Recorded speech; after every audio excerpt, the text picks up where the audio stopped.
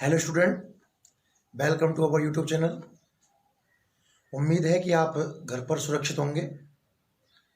इस लॉकडाउन के समय में विद्या देवी स्कूल खेड़ली और जीआईएस कठूमर की जो ये अनूठी पहल है कि आप तक हर विषय का हर एक लेक्चर एज ए क्लास आप तक पहुंचाया जा रहा है, तो आप इसका फ़ायदा उठा रहे होंगे। जिस तरीके से आपको गाइड किया गया है, हमें बिल्कुल उसी तरीके से स्टडी करनी है। वीडियो को पूरा देखना है, स्किप नहीं करना है और बिल्कुल एकांत में बैठकर एक कमरे में बैठकर बिल्कुल बंद कमरा हो और वहाँ हमें एज ए क्लास पढ़ाई करनी है। तो बच्चों, टॉपिक को आगे बढ़ाते हुए अब मैं बात करता हूँ गाउस के नियम की। चैप्टर नंबर 2 का ये सेकंड लेक्चर है। पहले लेक्चर में, अगर आपने पहला लेक्चर नहीं देखा है तो पहले आप वो लेक्चर देखिए। पहले लेक्चर में हमने विद्युत फ्लक्स के बारे में पढ़ा था। तो विद्युत फ्लक्स में यह बताया गया था कि कोई विद्युत क्षेत्र है, उस विद्युत क्षेत्र में आपने कोई सतह रख दी, उस सतह से कितनी बल रेखाएं गुजर रही हैं, वो हमारा विद्युत फ्लक्स कहलाता है। ठीक है, उसका मात्रक विभव वगैरह वो हमने सब पढ़ा। फिर हमने एक सतत आवेश वितरण पढ़ाया कि आवेश का सतत वितरण 3 प्रकार से हो सकता है: रेखीय, पृष्ठीय और आयतन। ठीक है, वो सब हमने पढ़े। फिर हमने रेखीय आवेश घनत्व, पृष्ठीय आवेश घनत्व और आयतन आवेश घनत्व, इनकी बात मैं कर चुका हूं। यहां तक आपका सबका क्लियर होगा। ठीक है, तो बात करते हैं गाउस के नियम की। अच्छा, एक बात और, मैं इसमें कुछ क्वेश्चंस आपसे पूछूंगा और वो क्वेश्चन आपको यूट्यूब पर ही इस वीडियो के कमेंट में मुझे बताने हैं। सही है आपका जो कमेंट है वो गलत है, वो मैं आपको यूट्यूब पर ही, मतलब उसी कमेंट में आगे मैं आपको सही आंसर दिया करूंगा उसका। तो मैं आपको कुछ क्वेश्चंस दूंगा जिनको आपको कमेंट बॉक्स में डालना होगा। ठीक है, चलो स्टार्ट करते हैं आज का वीडियो। तो बच्चों, गाउस का नियम ध्यान से देखिए। गाउस यहाँ एक साइंटिस्ट हैं जिन्होंने विद्युत फ्लक्स के लिए अपना एक नियम दिया। उन्होंने ये समझाया कि मान लीजिएगा कि कोई पृष्ठ है, ये लो, ये कोई पृष्ठ है। पृष्ठ कैसा होना चाहिए गाउस के अनुसार? जो पृष्ठ है वो बंद हो, क्लोज सिस्टम हो, बिल्कुल ओपन ना हो, बंद, समरूप और एक काल्पनिक पृष्ठ माना उसने। अभी अलग अलग आकृतियों में आपको मैं दिखाऊंगा किस तरीके से मानना है। हमने एक बंद, समरूप और काल्पनिक पृष्ठ माना, कोई भी एक सरफेस मान लिया। इसके अंदर बहुत सारे आवेश रहे होंगे। फॉर एग्जाम्पल्स, इसमें यहां पर कोई आवेश है Q1, अब ये पॉजिटिव भी हो सकता है और नेगेटिव भी हो सकता है। यहां पर कोई आवेश है Q2, मान लो यहां पर कोई आवेश है Q3। इस तरीके से सब बहुत सारे आवेश हैं। ठीक है, और हमें इस पृष्ठ का विद्युत फ्लक्स निकालना है। हमें इस पृष्ठ का विद्युत फ्लक्स निकालना है। तो गाउस ने कहा कि किसी भी बंद, समरूप और काल्पनिक, जो पृष्ठ है वो कैसा है? बंद, समरूप और काल्पनिक, उसका जो फ्लक्स होगा फाई, उसका जो फ्लक्स होगा, आप फाई ई कह दो, चाहे सिंपल फाई से भी काम चला सकते हो, उसका जो विद्युत फ्लक्स होगा वो होगा इस पृष्ठ में कुल कितना आवेश है। तो सबसे पहले तो आपको सिग्मा क्यू निकालना होगा। सिग्मा क्यू का मतलब है उस बंद पृष्ठ का कुल आवेश। तो सिग्मा क्यू निकालने के लिए Q1 plus Q2 plus Q3, ये हमने सिग्मा क्यू निकाल लिया। जब भी आपको कोई प्रश्न दिया जाएगा जिसका आपको आवेश, जिसका आपको प्लस के निकालना है, तो सबसे पहले तो आप उस पृष्ठ के अंदर कितना आवेश है वो निकालोगे। बाहर कोई आवेश है हमें इस बात से मतलब नहीं है। इस पृष्ठ के अंदर Q1, Q2, Q3, मान लो Q4 यहां रखा हुआ है फॉर एग्जाम्पल्स, तो मुझे Q4 से कोई मतलब नहीं है क्योंकि Q4 मेरे सिस्टम के अंदर नहीं आ रहा है। जिस सतह का मुझे फ्लक्स निकालना है उसके अंदर का कुल आवेश देखना है कि उसके अंदर कुल कितना आवेश है। तो मैंने सिग्मा क्यू निकाला, Q1 plus Q2 plus Q3। तो सिग्मा क्यू को आप बोल सकते हो बंद पृष्ठ का कुल आवेश, बंद पृष्ठ का कुल आवेश। तो गाउस के अनुसार जो विद्युत फ्लक्स होगा उसका फॉर्मूला है sigma Q upon epsilon naught, sigma Q upon epsilon not. मतलब गाउस के अनुसार कोई बंद पृष्ठ है, और आज थोड़ा डेफिनेशन को अच्छा बनाना चाहो तो आप इन शब्दों का इस्तेमाल करना कि गाउस के अनुसार किसी भी बंद, समरूप और काल्पनिक, कौन कौन सी खबर बोलना, गाउस के अनुसार किसी भी बंद, समरूप मतलब एक जैसा सरफेस होनी चाहिए, समरूप और काल्पनिक सतह से संबंधित जो विद्युत फ्लक्स है, सतह से संबंधित जो विद्युत फ्लक्स है उसका मान सिग्मा क्यू क्या है, सतह में स्थित कुल आवेश, सिग्मा क्यू क्या है, सतह में स्थित कुल आवेश का 1/ε0 गुना होता है। क्योंकि आप चाहो तो इस चीज को आगे समझने के लिए सिग्मा क्यू इंटू 1/ε0 बोल सकते हो ना। तो गाउस के अनुसार किसी भी बंद, समरूप और काल्पनिक सतह से संबंधित विद्युत फ्लक्स का मान, ये सूत्र अच्छे से याद कर लो, ढंग से रख लो, फाई बराबर sigma Q upon epsilon not. उस बंद पृष्ठ में कुल आवेश का 1/ε0 गुना होता है। ये गाउस का नियम है, बहुत सिंपल है और मोस्ट इंपॉर्टेंट है। ऑलमोस्ट हर साल एग्जाम में एक ना एक नंबर का जरूर पूछा जाता है कि गाउस का नियम लिखिए। तो जब भी आपको गाउस का नियम बोलना हो सबसे पहले दिमाग में आना चाहिए फाई बराबर sigma Q upon epsilon naught, phi बराबर sigma Q upon epsilon naught. Sigma Q क्या है, जिस पृष्ठ का आप फ्लक्स निकालना चाह रहे हो उस पृष्ठ के अंदर का कुल आवेश या आवेशों का बीजगणितीय योग, उसका 1/ε0 गुना होता है। दोबारा रिपीट करता हूं, गाउस के अनुसार किसी बंद, समरूप और काल्पनिक, गाउस के अनुसार किसी बंद, समरूप और काल्पनिक सतह से संबंधित विद्युत फ्लक्स का मान सतह में स्थित कुलावेश का 1/ε0 गुना होता है। अब दूसरी बात सुनाता हूं, सुनिए। फ्लक्स के की डेफिनेशन में आपने पढ़ा था अगर सतह बंद हो, याद करो आप, फ्लक्स का हमने एक सूत्र पढ़ाया था आपको कि भाइयों देखो डी फाई ई बराबर होता है ई vector dot D S vector, पढ़ाया था ना। फिर मैंने कहा था आपको कुल फ्लक्स निकालना है तो आपको इसका इंटीग्रेशन करना होगा। इसका इंटीग्रेशन करूंगा तो दो सूत्र बन के आए थे, आप याद कीजिए। पहला सूत्र बन के आया था फाई ई बराबर integration E vector dot D S vector, और दूसरा सूत्र बन के आया था फाई ई बराबर close integration E vector dot D S vector. ये दो सूत्र आए थे। मैंने कहा था ये लगाएंगे खुली सतह के लिए और ये लगाऊंगा बंद सतह के लिए। तो बंद सतह के लिए फ्लक्स का सूत्र क्या है, फाई ई बराबर close integration E vector dot D S vector. और गाउस का नियम क्या कह रहा है कि बंद सतह के लिए, गाउस का नियम भी बंद सतह पर लागू हो रहा है ना, तो बंद सतह के लिए फ्लक्स क्या है, फाई ई बराबर sigma Q upon epsilon naught.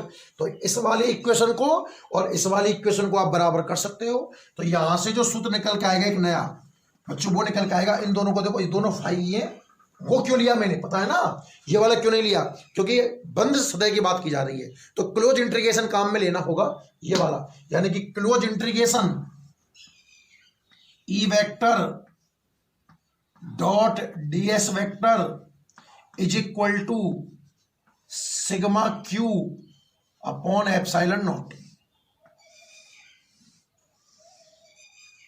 ये एक सूत्र बनकर तैयार हुआ जिसका मैं यूज करूंगा।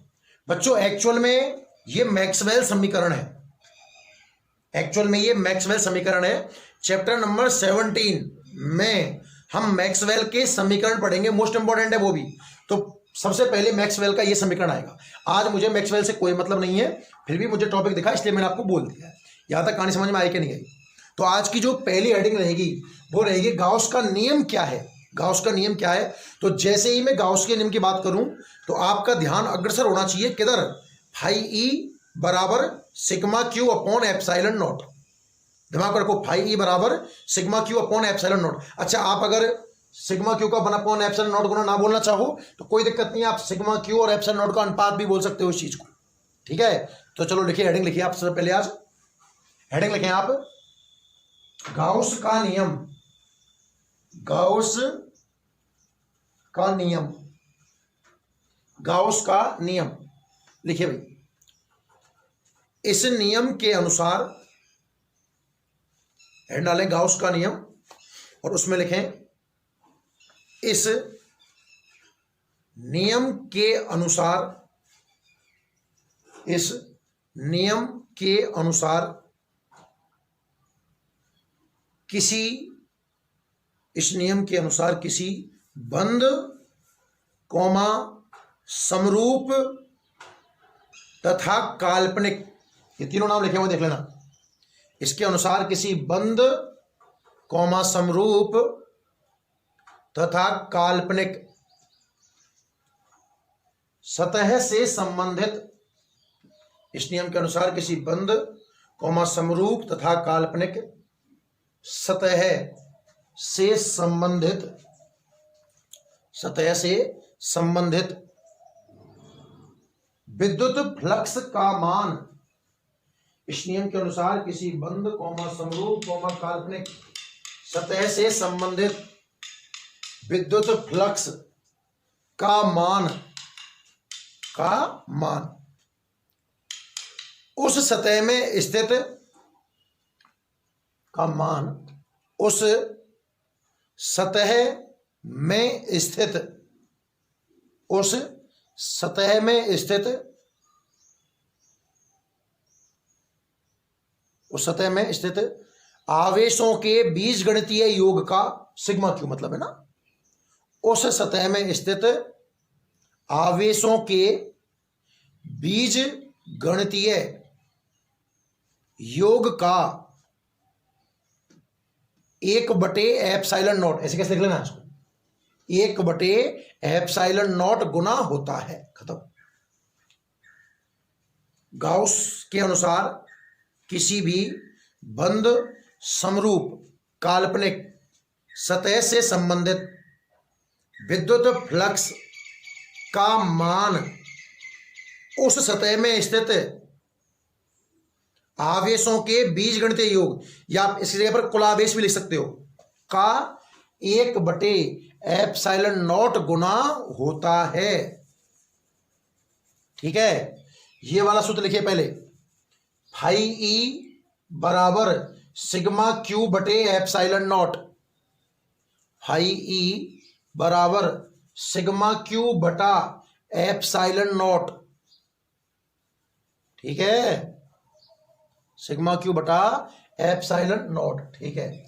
और एक नोट लगाइए नीचे, और नोट में ये समीकरण लिख लीजिए, ये वाला क्लोज इंटीग्रेशन मतलब बंद पथ के लिए समाकलन, close integration E vector dot DS vector, close integration E vector dot DS vector बराबर सिग्मा क्यू बटे ε0, सिग्मा क्यू बटे ε0। क्लियर, ठीक है यहां तक।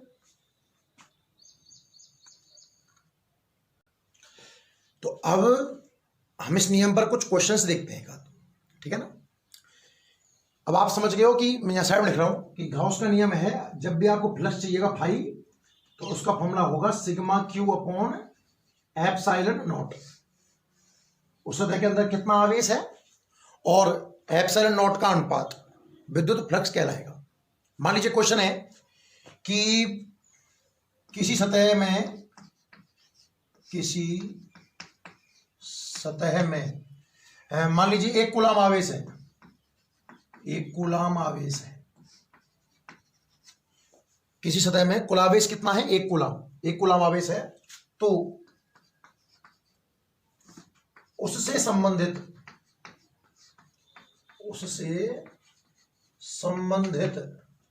विद्युत फ्लक्स ज्ञात करो, विद्युत फ्लक्स ज्ञात करो। अच्छा, ये क्वेश्चन आ गया कि एक सतह में 1 कूलाम आवेश है और हमें उस सतह का विद्युत फ्लक्स ज्ञात करना है। तो देखिए आंसर, मतलब आपको सिग्मा क्यू की वैल्यू दी हुई है 1 कूलाम और आपको उसका विद्युत फ्लक्स ज्ञात करना है। कूलाम का नियम कहता है कि फाई बराबर होता है सिग्मा क्यू अपॉन ε0। तो बच्चों फाई बराबर 1 अपॉन ε0। अब आप चाहो तो इसको सॉल्व कर सकते हो, ε0 का मान आपको पता है वो मान जमा करके आप इसको सॉल्व कर सकते हो, या फिर सिंपल फाई बराबर आंसर आ गया एप्सिलॉन नॉट इनवर्स, तो ये भी सही आंसर है। 1 एप्सिलॉन नॉट कह दीजिए या एप्सिलॉन नॉट इनवर्स कह दीजिए, या फिर आप इसकी वैल्यू भी जमा सकते हो। मेरा बात समझना ध्यान से, मतलब ये क्वेश्चन में दो तरीके से पूछ सकता हूं। आपको दिया गया है कि फाई बराबर है sigma Q upon epsilon naught, तो बच्चों मैं सिग्मा क्यू देकर फाई पूछ सकता हूं। पहला क्वेश्चन, पहला टाइप क्या है कि आपको सिग्मा क्यू तो गिवन होगा, ये तो आपको गिवन है, और आपको फ्लक्स फाइंड आउट करना होगा। मैं आपको आवेश दे दूंगा और क्या निकालना पड़ेगा, फ्लक्स।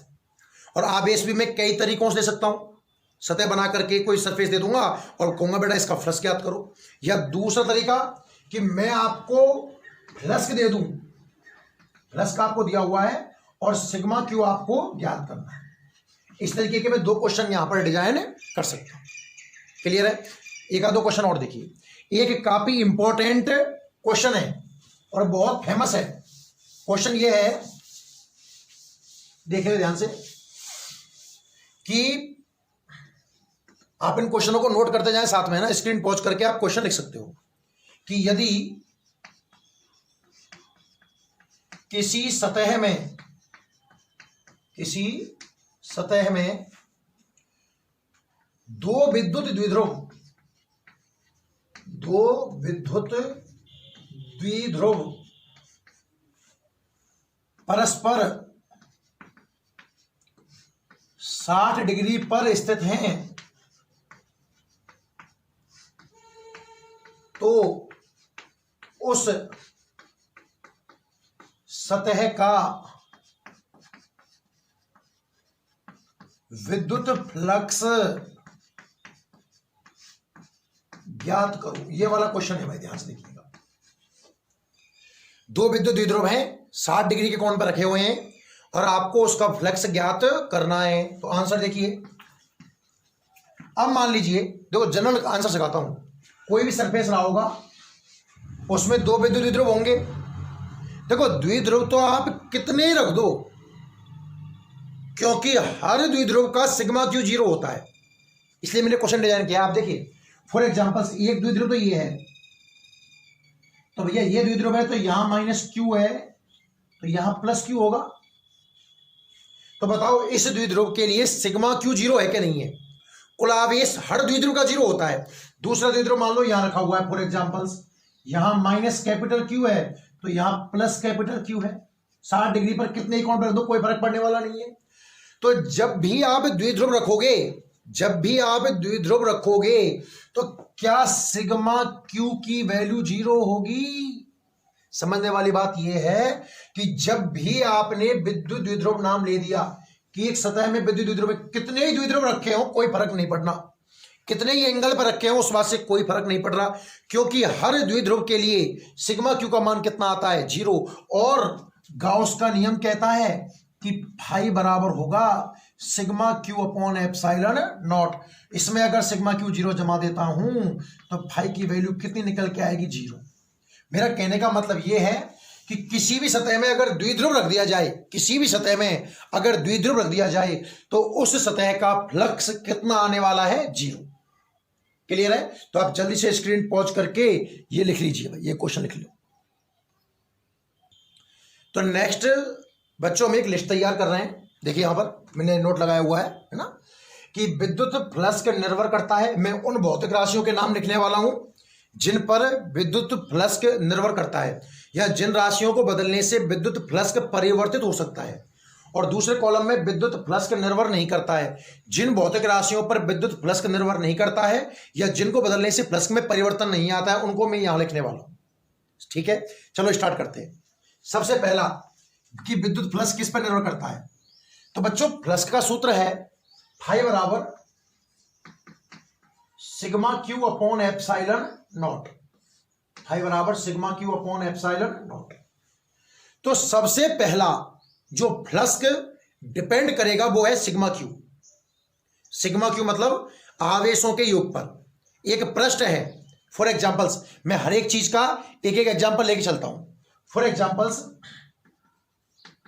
ये कोई पृष्ठ है, ठीक है भाई, दिख रहा है सबको। मान लीजिए इसमें 1 कूलाम -2 कूलाम 4 कूलाम प्लस के ये दोनों ना इस तरीके के आवेश हैं। और अब मैं आपसे बोलूं कि बेटा इसका फ्लक्स ज्ञात करके दिखाइए, तो आप कहोगे सर देखो फ्लक्स होता है फाई बराबर sigma Q upon epsilon not.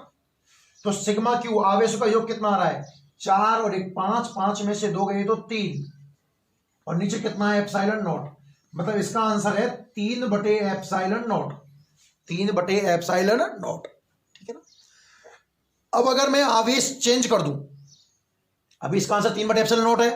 अब मैं इसी प्रश्न में, वो सेम प्रश्न है समझिए आप, प्लस का 1 कूलाम माइनस के 3 कूलाम ये लो, और प्लस का 4 कूलाम आवेश रख दूं। अब कहूं बेटा बिल्कुल सेम साइज का, सब कुछ सेम है ना। अब इसका फ्लक्स ज्ञात कीजिए, तो फाई बराबर सिग्मा क्यू बटे एप्सिलॉन नॉट। अब सिग्मा क्यू कितना आएगा 4 और 1 5 में से 3 गए तो 2/एप्सिलॉन नॉट। तो पहले फ्लक्स कुछ और था 3/एप्सिलॉन नॉट, और अब फ्लक्स कुछ और है। तो एक तो विद्युत फ्लक्स डिपेंड करता है किस पर, बंद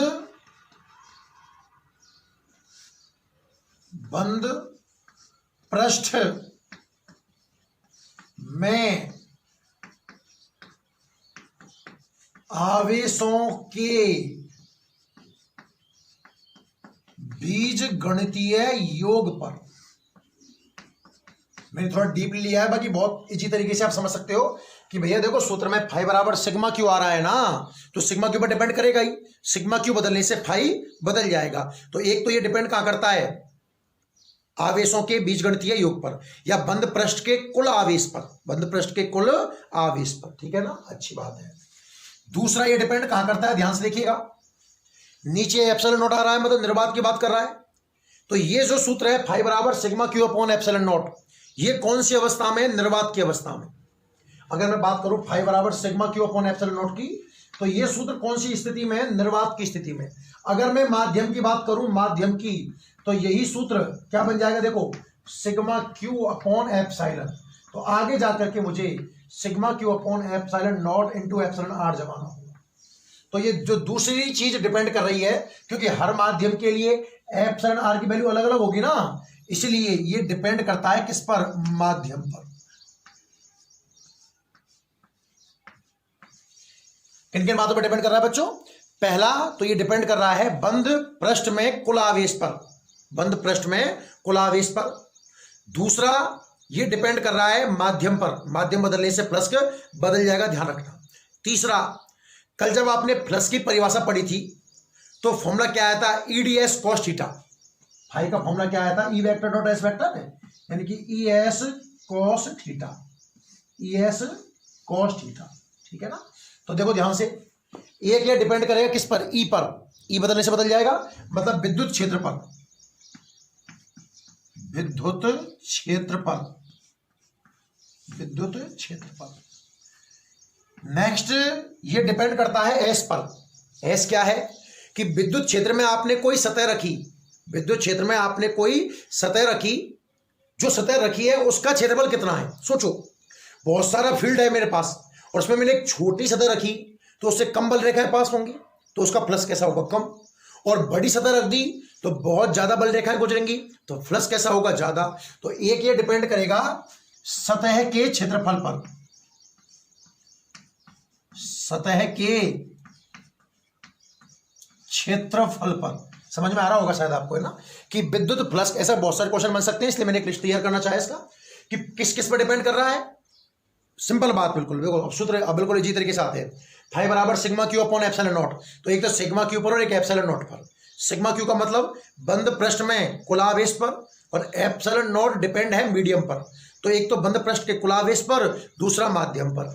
एक हमने सूत्र बढ़ाया फाई बराबर ई एस कॉस थीटा, तो ई पर, एस पर और थीटा पर, सीधी सी बात है। ई का मतलब विद्युत क्षेत्र पर, एस जो सतह रखी हुई है उसके क्षेत्रफल पर, और थीटा क्या है, थीटा क्या है, ई वेक्टर और एस वेक्टर, एस नहीं, क्षेत्रफल और क्षेत्रफल सदिश आपस में लंबवत होते हैं, कल मैंने आपको बताया था।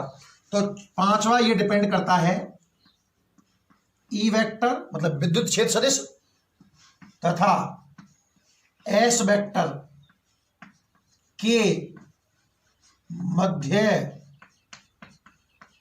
कोण पर, ये इन 5 चीजों पर विद्युत फ्लक्स का आपका डिपेंड करता है।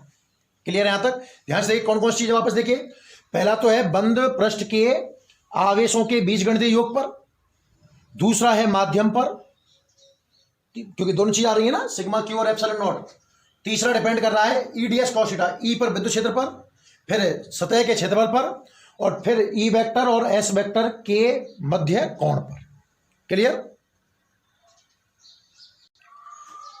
इसके बाद अब हम बात करते हैं कि ये किन किन बातों पर डिपेंड नहीं करता है। अच्छा क्वेश्चन यहां से बनता है। देखो निर्भरता कोई बड़ी बात नहीं थी।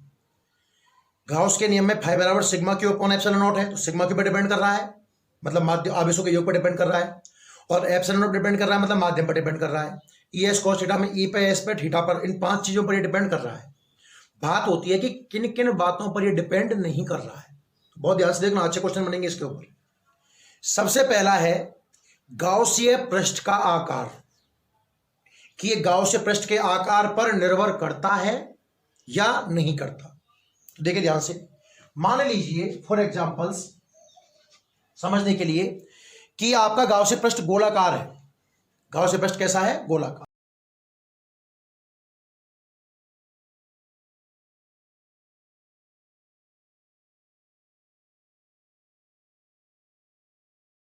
लिया, इतना बड़ा गोला लिया मान लीजिए आप, ठीक है।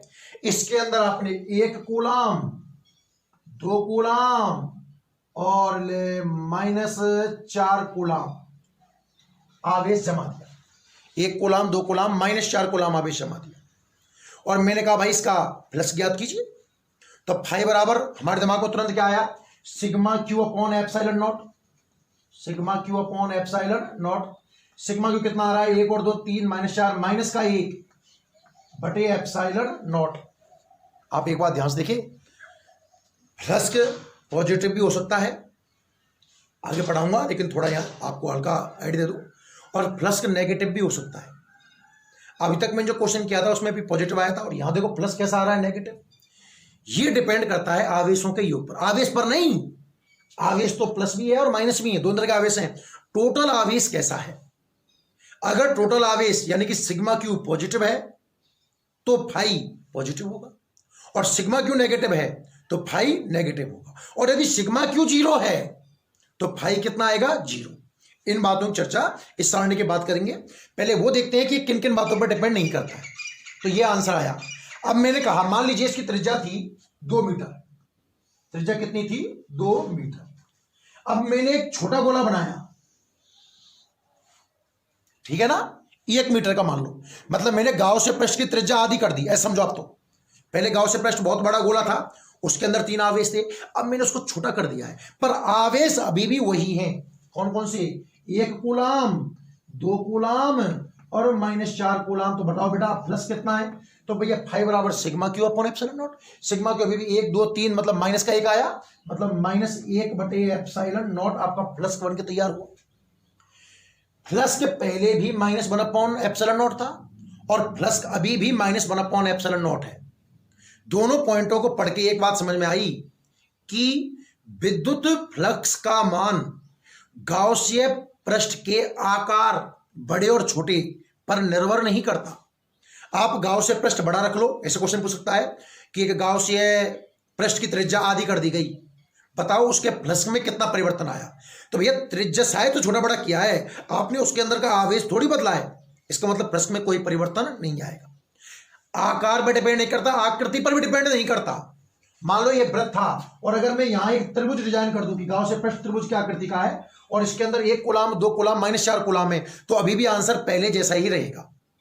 बात समझ में आ गई होगी? तो किस पर डिपेंड नहीं करता है? इसमें फर्स्ट पॉइंट रहेगा गाउसीय पृष्ठ। गाउसीय पृष्ठ क्या होता है कि क्षेत्र का मान ज्ञात करने के लिए हम एक समरूप पृष्ठ की रचना करेंगे, समरूप पृष्ठ मानेंगे, उसे नाम दिया जाएगा गाउसीय पृष्ठ। आगे देखेंगे इन चीजों को, है ना। तो एक तो गाउसीय पृष्ठ के आकार तथा आकृति पर डिपेंड नहीं करता है फ्लक्स। प्लस का मान कभी भी गाउस पृष्ठ के आकार या उसकी आकृति पर डिपेंड नहीं करता है।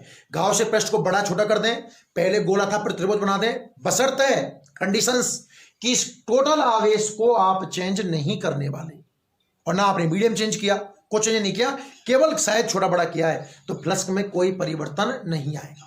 तो एक तो बच्चों ये डिपेंड नहीं करता है किस पर, गाउस पृष्ठ के आकार पर। दूसरा ध्यान से देखना कि किस पर डिपेंड नहीं करता है, कुछ दूसरा भी मैं एग्जांपल से स्टार्ट करता हूं। मान लीजिए कि आपका एक गाउस पृष्ठ वृत्ताकार है, इसमें 1 कूलाम -2 कूलाम और 5 कूलाम, कुछ भी ले लो जो तुम्हारी इच्छा है, उससे कितने ही आवेश ले सकते हो, ले एक और ले लो, 3 कूलाम और ले लो, चलो कुछ भी ले लो जो तुम्हारी इच्छा है, ठीक है ना, आवेश रखे हुए हैं। क्लियर है। अब मैंने कहा भैया इसका प्लस निकाल के दिखाओ, तो आपने कहा प्लस तो फाई बराबर sigma Q upon epsilon not है, तो इसमें सिग्मा क्यू कितना निकल के आया, 5 और 3 8 और 1 9, प्लस के 9 हो गए और माइनस के 2, तो कितना बचा प्लस का 7, तो बच्चों आंसर आया 7/एप्सिलॉन नॉट। क्लियर। तो अभी तो जो आवेश वितरित है वो लीनियर है, रेखीय है। अब देखो आवेश एक रेखा में बटा हुआ है, ठीक है ना। अब मैंने आवेश वितरण ऐसा कर दिया कि 1 कूलाम -2 कूलाम, 5 कूलाम 3 कूलाम, मतलब मैंने आवेश वितरण बदल दिया है, ना कुछ आकार बदला, ना आवेशों का योग तो अभी भी इतना ही रहने वाला है, सिर्फ मैंने क्या बदला है, वितरण। पहले वो एक रेखा में जमे हुए थे, अब वो पृष्ठीय हो गए एक तरीके से।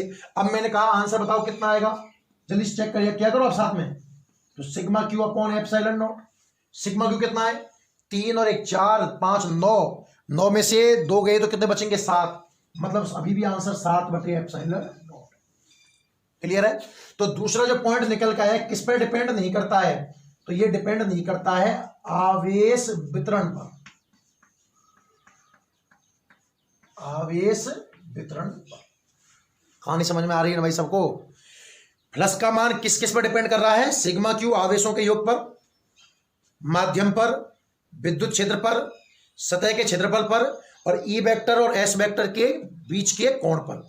और किस पर डिपेंड नहीं कर रहा है, एक तो गाउस पृष्ठ के आकार और आकृति पर डिपेंड नहीं कर रहा है, उसके आवेश वितरण पर भी निर्भर नहीं कर रहा है, ठीक है ना।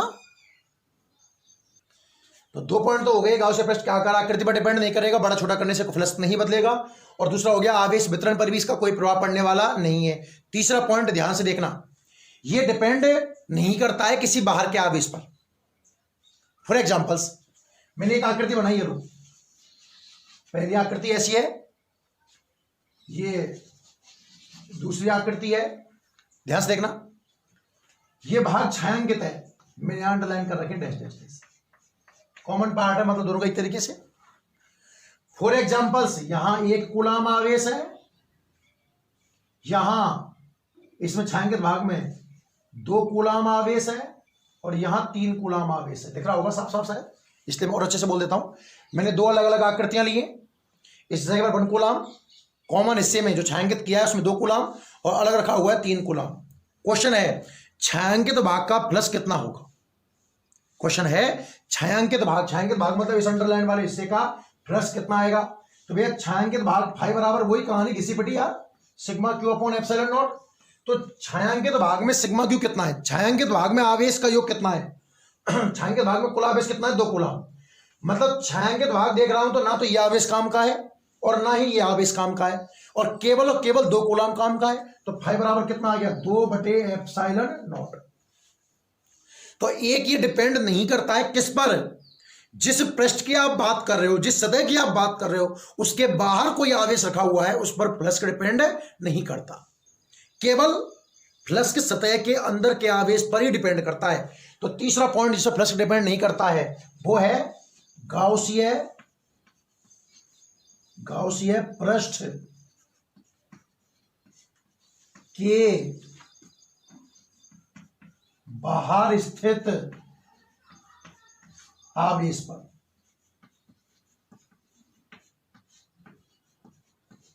गाउसीय पृष्ठ के बाहर स्थित आवेश पर प्लस का डिपेंड नहीं करता। क्लियर। चौथी बात, और किस पर डिपेंड नहीं करता, आपने एक नियम पढ़ा है आवेश निश्चरता का नियम। मान लीजिए मेरा क्वेश्चन ऐसा होता कि मैं एक सतह बनाऊं ऐसी भी, ये लो, इसमें 1 कूलाम 2 कूलाम 3 कूलाम आवेश रख दिए। अब मैं आपसे कहूं कि पहली बार तो ये स्थिर थे, आवेश कैसे थे, स्थिर, और अब ये आवेश गति करने लग गए, तो बताओ फ्लक्स में कितना परिवर्तन हुआ। समझे आप? स्थिर अवस्था, मान लो ये आवेश स्थिर अवस्था में, तो इसका फाई सिग्मा क्यू 3 2 5 और 1 6/ε0 है। कितना है? 6/ε0। और अब अगर ये आवेश गति करना स्टार्ट कर दें तो एक नियम पढ़ा है हमने, आवेश निश्चरता का नियम। वो कहता है कि किसी भी वस्तु का आवेश उसकी चाल से परिवर्तित नहीं होता। मतलब वस्तु स्थिर अवस्था में, गतिशील अवस्था में आवेश पर कोई फर्क नहीं पड़ता। अब ये गति करने लग गया तो भी आवेश का मान तो उतना ही रहा, सिग्मा क्यू उतना ही रहा, तो फ्लक्स में भी परिवर्तन नहीं आया। इसका मतलब ये किस पर डिपेंड नहीं करता है? आवेशों की चाल पर। तो ये एक लिस्ट बन के तैयार हो गई बच्चों कि फ्लक्स किन बातों पर डिपेंड करता है और किन बातों पर डिपेंड नहीं करता है। इसमें से बहुत सारे क्वेश्चंस बन सकते हैं, ठीक है ना। तो आप स्क्रीन पॉज करें और ये वाली लिस्ट पूरी बोर्ड से लिख लें अच्छे से कि फ्लक्स कहाँ डिपेंड करता है। केवल आपको इतना ही लिखना है। समझने के लिए मैंने आपको पूरा समझाया है, फिर भी जो पॉइंट नहीं समझ में आया हो आप वीडियो में बैक जाकर वो पॉइंट वापस देखें और एक बार दोबारा प्रयास करें। जल्दी से लिख लें इसको, स्क्रीन पॉज करें और लिखें। नेक्स्ट ठीक है। तो हम इस सेक्शन में कितना पढ़ चुके हैं? पहले गाउस का नियम पढ़ लिया हमने। गाउस के अनुसार बंद समरूप सतह का जो फ्लक्स है वो आवेशों के योग का 1/ε0 गुना होता है, फाई बराबर सिग्मा क्यू अपॉन ε0। या इसका एक सूत्र और बन गया है, close integration E vector dot ds vector बराबर सिग्मा क्यू अपॉन ε0। तो एक क्वेश्चन कराया मैंने आपको, आवेश दे दूं आप फाई निकाल सकते हो, द्विध्रुव रख दूं तो आप कितना आवेश आएगा? 0। रट लो इसको कि जब भी द्विध्रुव रखा होगा उसका फ्लक्स कितना आएगा? 0। तीसरा एक और नोट देखिए कि मैं 2 स्टेटमेंट लिख रहा हूं कि यदि किसी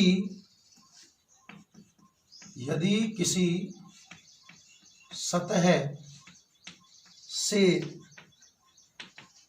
संबंधित फ्लक्स 0 है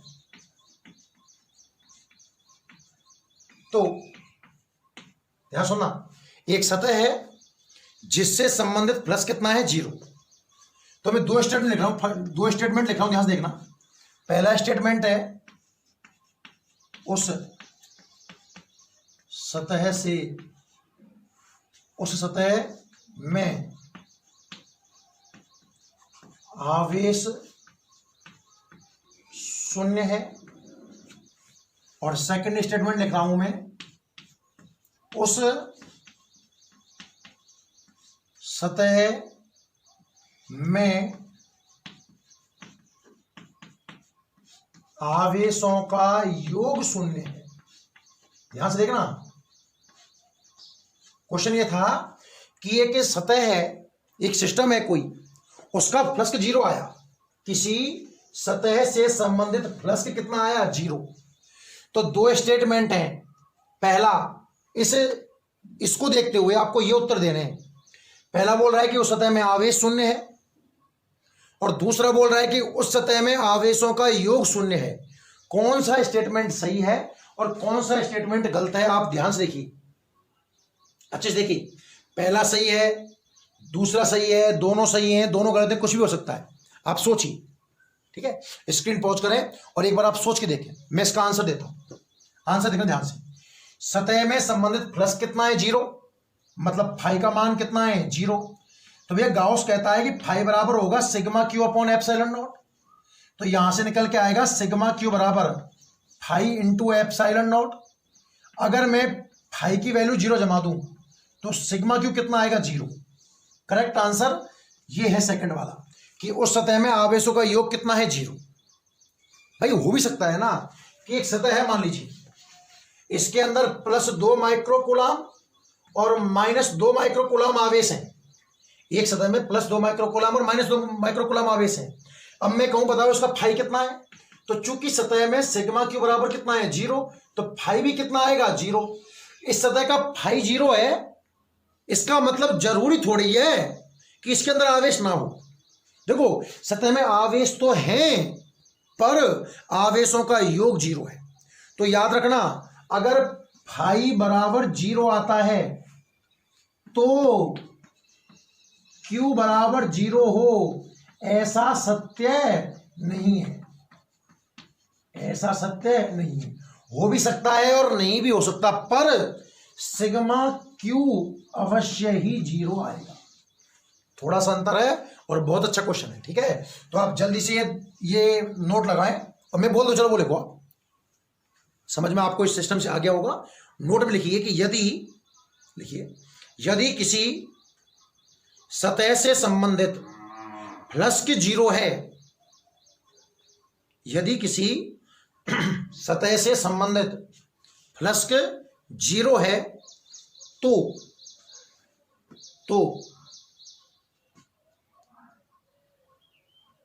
उस सतह में आवेशों का बीजगणितीय योग, यदि किसी सतह का फ्लक्स 0 है तो उस सतह में आवेशों का बीजगणितीय योग ब्रैकेट में सिग्मा Q 0 होगा। यदि किसी सतह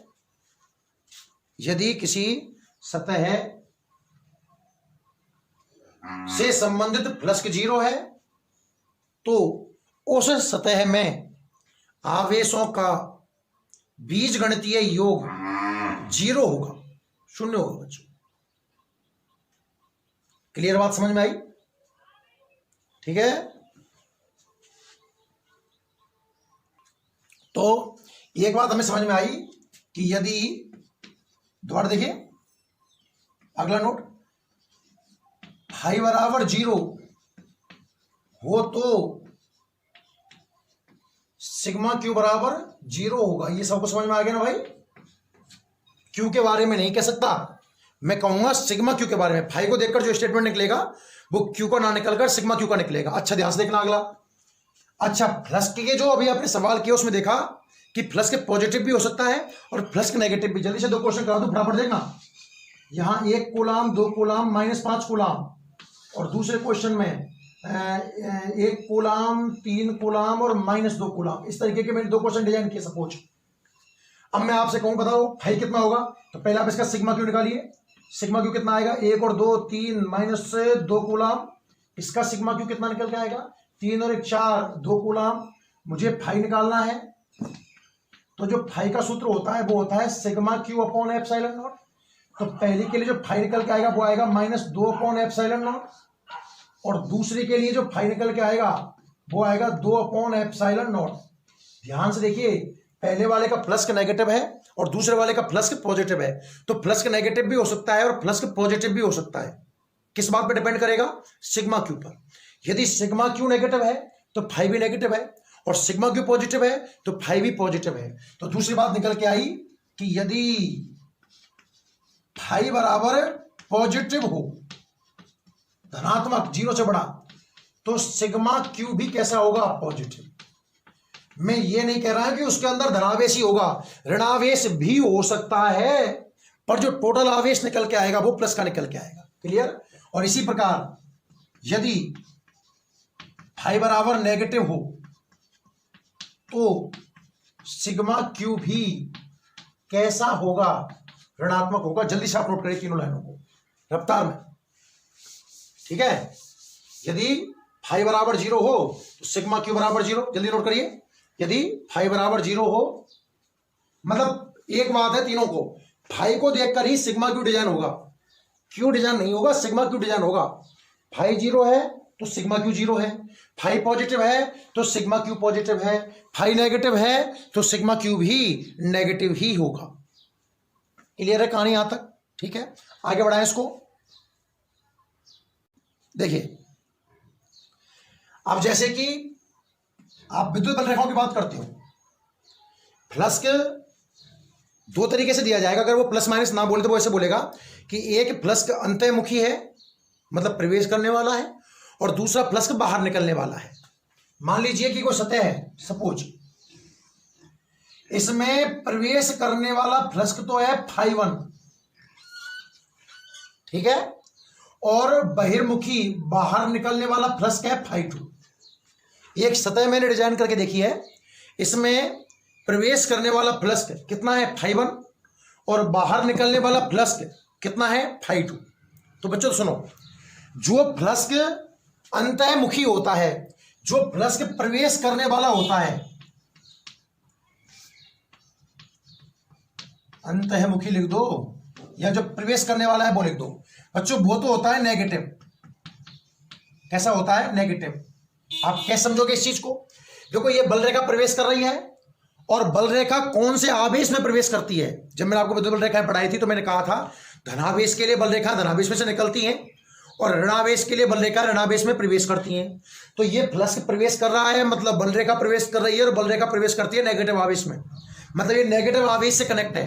और जब ये नेगेटिव आवेश से कनेक्ट है, आवेश नेगेटिव है, तो फाइव भी कैसा होगा, नेगेटिव। समझे आप। तो जो फ्लक्स प्रवेश करता है वो कैसा होता है, नेगेटिव। और जो बहिर्मुखी फ्लक्स है, बहिर्मुखी फ्लक्स है φ2 बच्चों, वो कैसा हो जाएगा, पॉजिटिव। क्लियर। तो जो अंतर्मुखी फ्लक्स होता है, जो प्रवेश करने वाला फ्लक्स होता है, वो लेते हैं नेगेटिव, और बाहर निकलने वाला फ्लक्स कैसा होगा, पॉजिटिव। तो अगर मुझे इस सतह का कुल फ्लक्स चाहिए φ, तो ये नेगेटिव है, मतलब -φ1, और ये पॉजिटिव है तो +φ2। कुल मिला के तरीके से ढंग से लिखूं तो φ2 - φ1। कहानी समझ में आई। तो आप एक नोट लगाइए, जल्दी लिखिए, नोट लगाइए, नोट में लिखिए। देखो आप इन सबको नोट मान लो, क्वेश्चन मान लो, सारे अच्छे कॉन्सेप्ट हैं। नोट में लिखिए कि यदि φ1 अंतःमुखी या ब्रैकेट में प्रवेश करने वाला, यदि φ1 अंतःमुखी तथा φ2 बहिर्मुखी बाहर निकलने वाला, जो भी आपको अच्छा लगे आप लिख सकते हो। यदि φ1 अंतःमुखी तथा φ2 बहिर्मुखी प्लस को हो तो, यदि φ1 अंतःमुखी और φ2 बहिर्मुखी प्लस को हो तो φ1 को ऋणात्मक लिया जाएगा। आप ऐसे स्टेटमेंट बना के लिखिए इस चीज को। यदि φ1 अंतःमुखी और φ2 बहिर्मुखी फ्लक्स हो तो φ1 को ऋणात्मक लिया जाएगा, φ1 को ऋणात्मक लिया जाएगा, जबकि φ2 को धनात्मक लिया जाएगा, जबकि φ2 को धनात्मक लिया जाएगा। अतः ऐसी स्थिति में सतह का कुल फ्लक्स,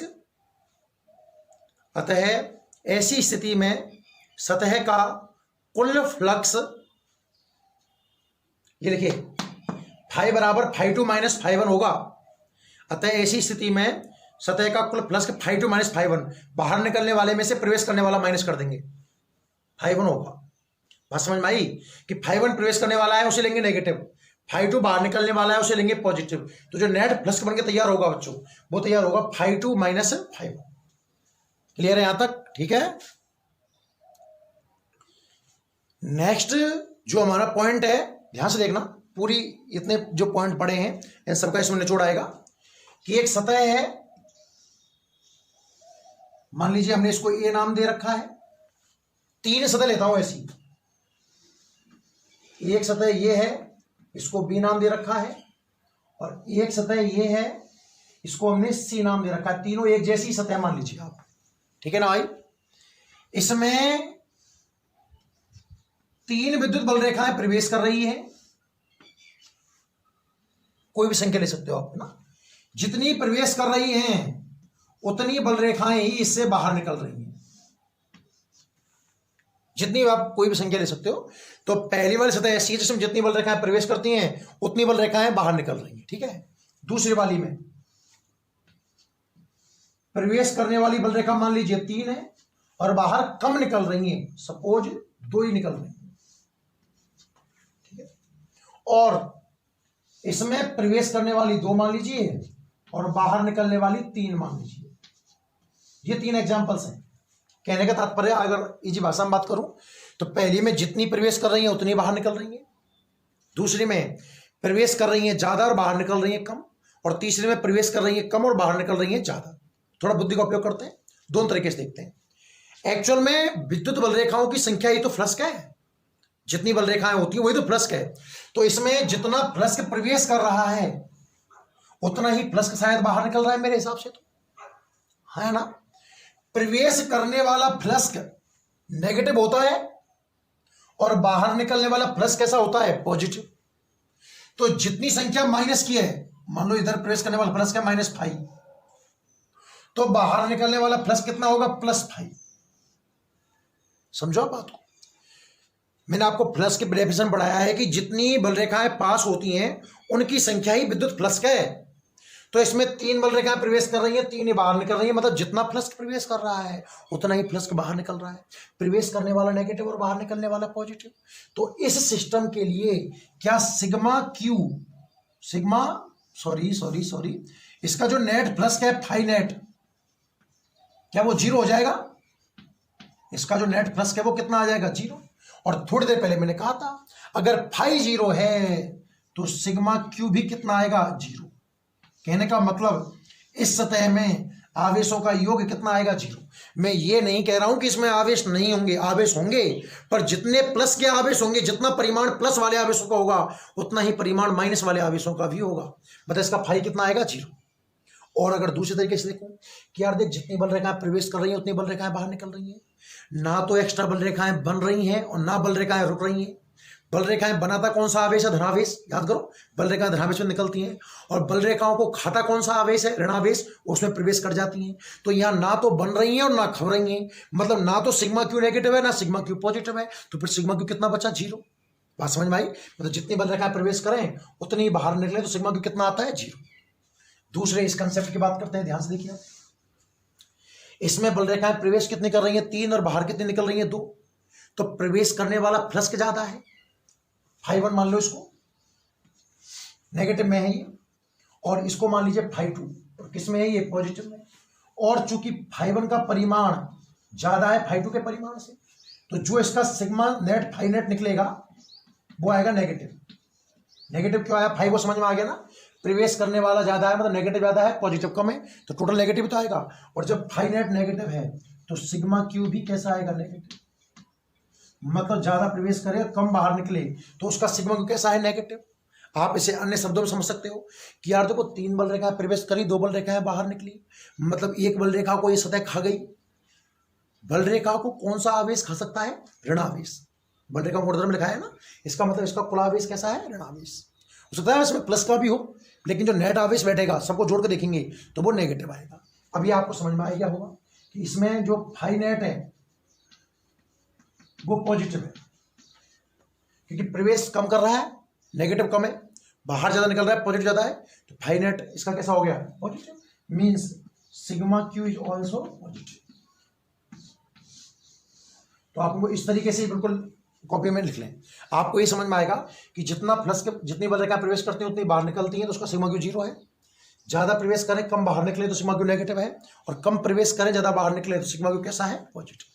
क्लियर? जल्दी से आप इसको नोट कर लीजिए स्क्रीन पॉज करके।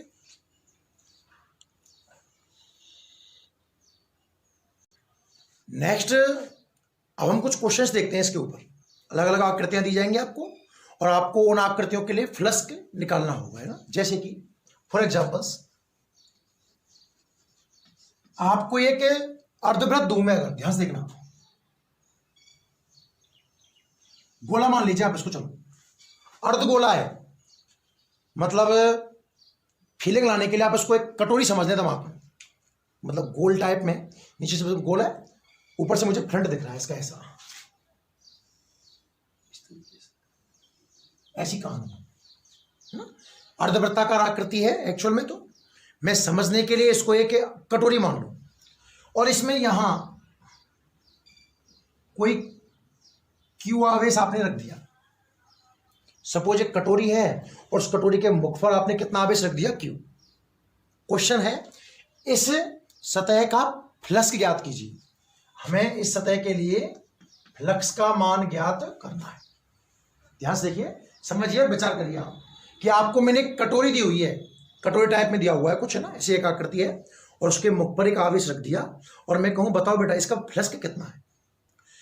गाउस का नियम, अभी आप सीधा मत बोल देना कि सिग्मा क्यू बटे एप्सिलॉन नॉट ना, आवेश बाउंडेड ही नहीं है, ऊपर से खुला हुआ है ना आवेश, तो भैया उसको बंद करने का तरीका है गाउस से पृष्ठ सममित होना चाहिए। तो जैसी थोड़ा भाई ये क्वेश्चन फीलिंग का है, आप थोड़ा फील करके देखो इस चीज को, ले लो एक कटोरी ले लो हाथ में और एक सिग्मा क्यू जमा के देखो उसके अंदर, तो आप देखोगे कि नीचे से तो कटोरी से वो पैक है पर ऊपर से वो साफ दिख रहा है। तो उस आवेश को एग्जैक्ट बीच में लाने के लिए क्या करना होगा कि एक कटोरी ऊपर और लगानी होगी। देखो अगर इस आवेश को बिल्कुल बिल्कुल बंद करना है, बिल्कुल बंद करना है, इस तरीके से ऊपर एक कटोरी और लगानी होगी। अब देखो जितना ऊपर से उतना नीचे से, दाएं बाएं हर जगह से ये सिमुलेट हो गया है ना। तो इन दो अर्धवृत्तों का, दो अर्धवृत्त है, एक नहीं है, एक नीचे और एक ऊपर, है ना, मतलब संपूर्ण वृत्त, जो संपूर्ण गोला कह दो आप, संपूर्ण गोलाकार आकृति का विद्युत फ्लक्स, विद्युत फ्लक्स कितना है भाई। गाउस कहता है 5 = sigma Q upon epsilon not, और सिग्मा क्यू तो आवेश तो इसमें एक ही है, Q means Q upon epsilon not. Clear. अतः अर्धवृत्त कितना आएगा,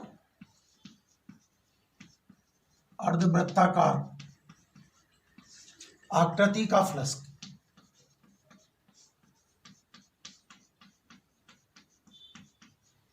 संपूर्ण वृत्त का कितना आया, क्यू बटे एप्सिलॉन नॉट, तो अर्धवृत्त का कितना आएगा, इसका आधा हिस्सा तो बटे में आएगा, मतलब आंसर आएगा क्यू अपॉन 2 एप्सिलॉन। नहीं है बात समझ में कि आपको एक अर्धवृत्त दिया हुआ था, अर्धवृत्त के मुख पर आपने क्यू आवेश रखा, क्लियर, तो आपको फ्लक्स निकालना था, हमने सममित पृष्ठ बनाने के लिए उसके ऊपर एक अर्धवृत्त और रख दिया, मतलब संपूर्ण वृत्त का फ्लक्स कितना आया, क्यू अपॉन एप्सिलॉन नॉट, तो अर्धवृत्त के हिस्से में कितना आएगा, Q upon 2 epsilon not. Clear है। स्क्रीन पॉज करें और ये वाला क्वेश्चन नोट कर लें बच्चों। आज के लेक्चर का ये लास्ट क्वेश्चन है, ध्यान से देखना, बहुत शानदार क्वेश्चन है। कुछ हिस्सा मैं कराऊंगा इसका और कुछ आपको घर से करके देखना है। ध्यान से देखिए, मैं कुछ क्वेश्चन दूंगा अब इसमें, जो आपको मुझे कमेंट बॉक्स में उनके आंसर डालने होंगे। ध्यान से देखिए बच्चों, स्टैंडर्ड क्वेश्चन है, बहुत शानदार क्वेश्चन है, अच्छे से आप ध्यान से देखना इसको। हमने एक घन ले लिया, क्या ले लिया, घन। घन मतलब एक कमरा, घन और घनाभ दो आकृतियां बड़ी होंगी, लंबाई चौड़ाई और ऊंचाई तीनों बराबर है तो वो घन है, और तीनों डिफरेंट है तो वो घनाभ है। दिमाग में आप जिस कमरे में बैठे हैं उस कमरे की पिक्चर लाएं, सपोज उसकी लंबाई, उस कमरे की चौड़ाई, उस कमरे की ऊंचाई बिल्कुल बराबर है, तो वो क्या बन गया, घन। घन के बारे में आपको कुछ बातें बता दूं बेटा। घन में 6 सतह होती हैं, देखो 1 2 3 4 5 और 6 सतह, 8 कोने, 1 2 ऐसे 2 और 2 4 तो नीचे, और 4 ही कहाँ कोने ऊपर, और 12 भुजा। 6 से आप भुजाएं गिन लो कमरे में, 1 2 3 और 4 सामने कितने हो गए, 8 9 10 और 2 ये 11 और 12। जो घन होता है, घन कैसे बनता है ध्यान से देखना। सतह कितनी है इसमें, 6। देखो ठीक है।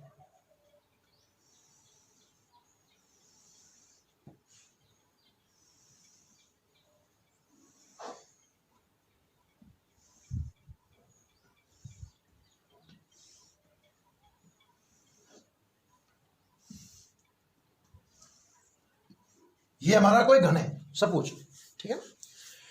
इस घन में, घन की बिल्कुल सिंपल बात है भैया, देखो 12 भुजाएं के नाम, 1 2 3 4 5 6 7 8 9 10 11 12। घन में 6 सतह, 8 कोने और 12 भुजाएं होती हैं।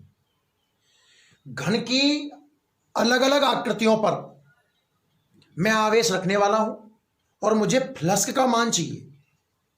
देखो नंबर फर्स्ट, मैं आवेश रखूंगा कहां पर, एक टेबल डिजाइन करते हैं, ध्यान से देखिएगा आप। इस टेबल में क्या क्या रहेगा, फर्स्ट तो रहेगा आवेश की स्थिति, आवेश की स्थिति पहले कॉलम में। दूसरे में रहेगा घन का फ्लक्स, घन का फ्लक्स। और तीसरी स्थिति रहेगी एक सतह का फ्लक्स।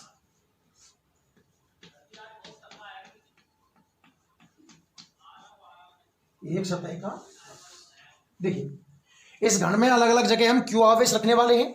ये वाला घन ले लिया मैंने, आप अपने कमरे को दिमाग में रखें। सबसे पहला जो मैंने आवेश रखा बच्चों, वो रखा घन के केंद्र पर, घन के केंद्र पर। विचार करें कि जो आपका बिल्कुल कमरा है, उस कमरे के जस्ट बीच में, हवा में एक तरीके से ना, जस्ट बीच में, दोनों इन दीवारों से बराबर दूरी पर, उन दीवारों से बराबर दूरी पर और इन दीवारों से बराबर दूरी पर, बीच कमरे में आपने क्यू आवेश जमा दिया। मतलब इस घन के अंदर जाकर के, घन के अंदर जाकर के फीलिंग लाना बच्चों, क्यू आवेश जमा दो। अब मैं कहूं बताओ घन का कितना आवेश है, तो ध्यान से देखो कि यह आवेश पूरा बाउंडेड है या नहीं है। बिल्कुल पूरा बाउंडेड है, कोई एक्स्ट्रा सरफेस लगाने की जरूरत ही नहीं है। देखो बीच कमरे में है ना, तो जितना दूर इस दीवार से है उतना ही दूर इस दीवार से, जितना दूर ऊपर से है उतना ही दूर नीचे से है, जितना इस दीवार से उतनी सामने वाली दीवार से। बिल्कुल ये हर जगह से बाउंडेड है, क्योंकि कमरा बंद है और ये हर जगह से बराबर स्थिति पर है, तो आपको एक्स्ट्रा कुछ भी लगाना नहीं है। तो घन का जो फ्लक्स निकल के आएगा ना बच्चों, वो निकल के आएगा Q अपॉन एप्सिलॉन नॉट। जब आवेश विचार करना होगा, समझ में आए तो भैया, जब आवेश घन के केंद्र पर रखा हुआ है तो सिग्मा क्यू तो क्यू है ही है, और घन के केंद्र पर रखा हुआ है, हर जगह से वो सिमिलर है, तो आपको एक्स्ट्रा एक भी सरफेस नहीं लगाना। सिग्मा क्यू कितना हुआ, क्यू अपॉन एप्सिलॉन नॉट, हमारा आंसर आ गया। हमें चाहिए एक सतह का, ये फ्लक्स घन की 6 सतहों से निकल रहा है, 6 सतहों से। सोचो कमरे में एक आवेश रख दिया, उससे बल रेखाएं निकल रही हैं, तो हर दिशा से निकल रही होंगी, मतलब वो 6 सतहों से निकल रहा है। 6 सतह से मतलब एक घन से कितना आता है, क्यू अपॉन एप्सिलॉन नॉट। तो एक सतह के हिस्से में कितना आएगा, 6 से डिवाइड कर दीजिए, तो आंसर आएगा क्यू अपॉन 6 एप्सिलॉन नॉट। ये हो गई हमारी पहली स्थिति। विचार करें भाई बहुत ढंग से। पहली स्थिति निकालने के लिए मैंने आवेश को रखा घन के केंद्र पर। हाँ बिल्कुल अपने कमरे को एज ए घन व्यवहार करें, उसमें बीच में बिल्कुल हवा में लटका करके मैंने एक आवेश रख दिया। समझ रहे होंगे बात को। तो वो चूंकि हर जगह से बराबर दूरी पर है, आपको एक्स्ट्रा एक भी घन और लगाने की आवश्यकता नहीं है, तो एक घन से काम चल जाएगा। तो उसका answer Q upon epsilon not. चूंकि वो 6 सतह से निकल रहा है, तो एक सतह के लिए हमने 6 से डिवाइड कर दिया। कहानी समझ में आई। दूसरी स्थिति आपने उसको रख दिया है घन के फलक पर। फलक, फलक का मतलब होता है बच्चों सतह। 6 सतह है ना घन में, उनमें से आपने किसी एक सतह पर उसको रख दिया है। जैसे कि मैं इस आवेश Q को यहां से हटा करके, ये जो एक सतह है, थोड़ा डार्क कर दूं आपको समझने में अच्छी रहेगी।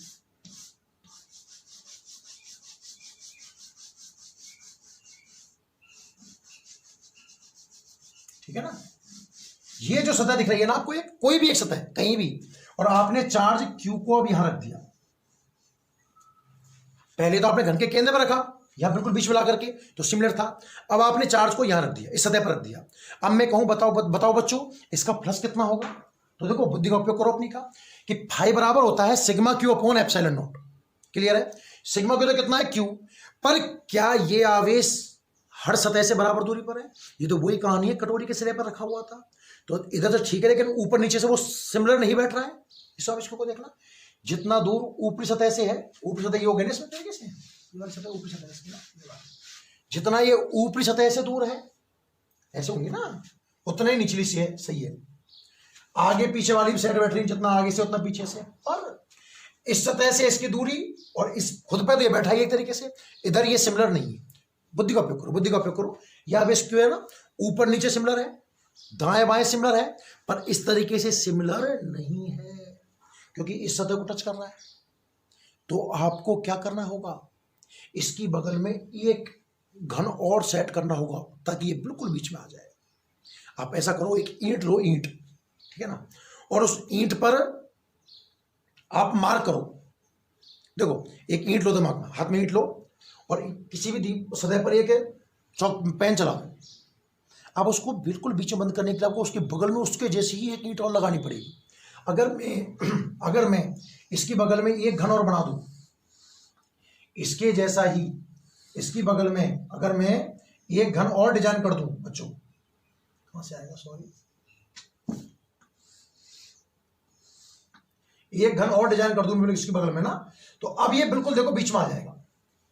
अब ये बिल्कुल बीच में आ सकता है। कब बीच में आया ये? जब आपने एक घन और लिया। मतलब जब दो घन हो जाएंगे, ईंट वाला एग्जांपल सबसे बेस्ट है। दो घन का आवेश कितना आएगा, दो घन का प्लस कितना आएगा, क्यू अपॉन एप्सिलॉन नॉट। पर हमें तो एक क्या चाहिए था, तो एक का आंसर कितना आएगा, क्यू अपॉन 2 एप्सिलॉन नॉट। विचार करिए, जब आपने घन के केंद्र पर रखा था तो कोई घन एक्स्ट्रा लगाने की जरूरत नहीं पड़ रही थी। फिर आपने फलक पर रखा है, ईंट ले लो, आप समझ जाओगे उससे, तो आपको एक ईंट और लगानी पड़ेगी बिल्कुल उसके जैसे, उसके बराबर में, तभी आप बिल्कुल बीच में ले पाओगे। दो ईंट का मतलब दो घन का आंसर है क्यू अपॉन एप्सिलॉन नॉट। तो एक का कितना आया, क्यू अपॉन 2 एप्सिलॉन नॉट। अब एक सतह की बात करनी है। देखो ध्यान से, आवेश इस सतह पर बैठा है तो ये सतह कोई काम का नहीं है। आवेश जितनी सतह को टच कर जाए वो सतह कोई काम की नहीं है। पहले इसमें कितनी सतह थी, 6, पर चूंकि यहां तो आवेश टच कर रहा है तो कितनी काम की बची, 5। तो एक सतह के लिए आप इसमें 5 से डिवाइड कर दो, क्यू अपॉन 10 एप्सिलॉन नॉट। बहुत अच्छा, बहुत शानदार क्वेश्चन है। मैं चाहता तो इसको स्किप कर देता, पर आप बुद्धि का उपयोग करो, घर बैठे बैठे 2-3 बार इसको ध्यान से देखना तो आपको बेटर समझ में आएगा। और देखते हैं 2-3 स्थिति, आपको फिर समझ में आएगा। तीसरी स्थिति, मान लीजिए कि अब हम इस आवेश को यहां ना रखकर, वो सिस्टम है, इसको मैं रिप्लेस कर दूंगा, हम रख दें इसको भुजा पर। ये लो, हमने यहां रख दिया आवेश Q। तीसरी स्थिति में कहां रख दिया मैंने, घन की भुजा पर। कहां रख दिया, घन की भुजा पर। एक ईंट लें और उस ईंट की किसी भी एक लाइन के ऊपर आप टिक कर लीजिए। तो देखो, इसे बाउंडेड करने के लिए आपको 4, मतलब कुल 3 ईंट और लगानी पड़ेंगी, मतलब 4 ईंट की आवश्यकता होगी। कैसे, सोचो, ये घन है, इसके बगल में एक लगाना होगा, हाँ या ना। फिर चूंकि सामने से दिखेगा तो 2 मुझे इसके सामने भी लगाने होंगे। ईंट उठाए भाई घर से, उसकी किसी भी एक लाइन पर बीच में कहीं भी चौक चला लें, उसको बिल्कुल बीच में लाने के लिए आपको उसके बराबर में 1 और उसके ऊपर 2 के ऊपर 2, मतलब 4 की आवश्यकता होगी। तो 4 का आंसर आएगा क्यू अपॉन एप्सिलॉन नॉट। तो एक का आंसर आएगा बच्चों कितना, क्यू अपॉन 4 एप्सिलॉन। अब चूंकि भुजा पर है तो भुजा तो 2 फलकों से मिलकर बनी हुई है, ध्यान से देखो, मतलब 2 फलकों को टच कर रहा है, तो 2 फलक काम के नहीं है। कितने बचे, 4 से डिवाइड कर दो इसको, आंसर आएगा बच्चों Q upon 16 epsilon not. Q upon 16 epsilon. Clear. और चौथी स्थिति, हमने रख दिया इसको घन के कोने पर, घन के कोने पर, यहां से। तो जब आपने इसको घन के कोने पर रखा है, यहां रखा है, तो आप सोचिए कितनी और चाहिए। उठाओ ईंट, उठाओ, स्क्रीन पॉज करो यहीं पे, है ना, और एक ईंट उठाओ और उसके जो कोने हैं, 8 कोने होंगे देखना ईंट में, उस किसी एक कोने पर कुछ चला दें और आप देखें कि इसको बिल्कुल बाउंडेड करने के लिए आपको कितने चाहिए। सोचो, ये ईंट है, यहाँ कोने पर आपने चला दिया, तो देखो ये किसके बराबर में 2, फिर 2 इनके यहाँ सामने 4 और 4 उनके ऊपर 8 ईंटों की आवश्यकता होगी बच्चों आपको। तो 8 का answer Q upon epsilon naught. तो एक का आंसर कितना आएगा, Q upon 8 epsilon not. Q upon 8 epsilon not. अब चूंकि कोना टच में है तो कोने में तो 3 फलक टच में हो गए ना, 3 फलकों से कोना मिलकर बना होगा, 3 काम के नहीं है। 6 फलक थे, 3 काम के नहीं है, तो 3 काम के हैं, 3 से डिवाइड करो, तो Q upon 24 epsilon not. Most important list है बच्चों, किताब में क्वेश्चन भी दिया हुआ है और मैंने समझाने का पूरा प्रयास किया है। अगर आपको नहीं समझ में आया है तो आप वापस से वीडियो 2-1 बार देखें, ईंट लें, उन पर ये जो मैंने कहा है वो करके देखें, कमरे पर थॉट करें, विचार करें बहुत ढंग से। क्लियर। और कमेंट जरूर करें कि समझ में आया कि नहीं आया। क्लियर है। तो मैं 1-2 क्वेश्चन डाल दूं, है ना, ठीक है। आप ये स्क्रीन पॉज करके ये बार लिख लेना, मैं एक दो इसमें क्वेश्चन डाल देता हूं, आप उन क्वेश्चनों के जवाब मुझे अभी कमेंट बॉक्स में बताओगे, ठीक है ना। देखो ध्यान से, क्वेश्चन नंबर 1, एक पृष्ठ बना दिया, ±2 माइक्रोकूलम, एक सतह है, उसमें आवेश रखा हुआ है ±2 माइक्रोकूलम। क्वेश्चन है, सतह से संबंधित फ्लक्स कितना होगा।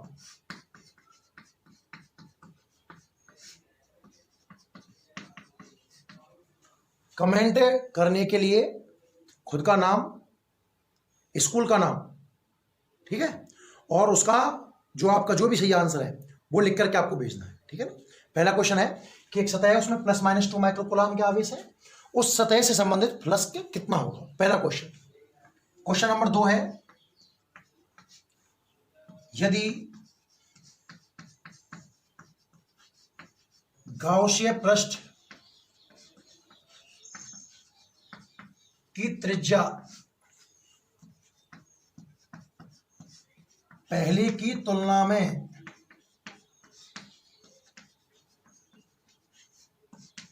आधी कर दी जाए तो फ्लक्स में क्या परिवर्तन आएगा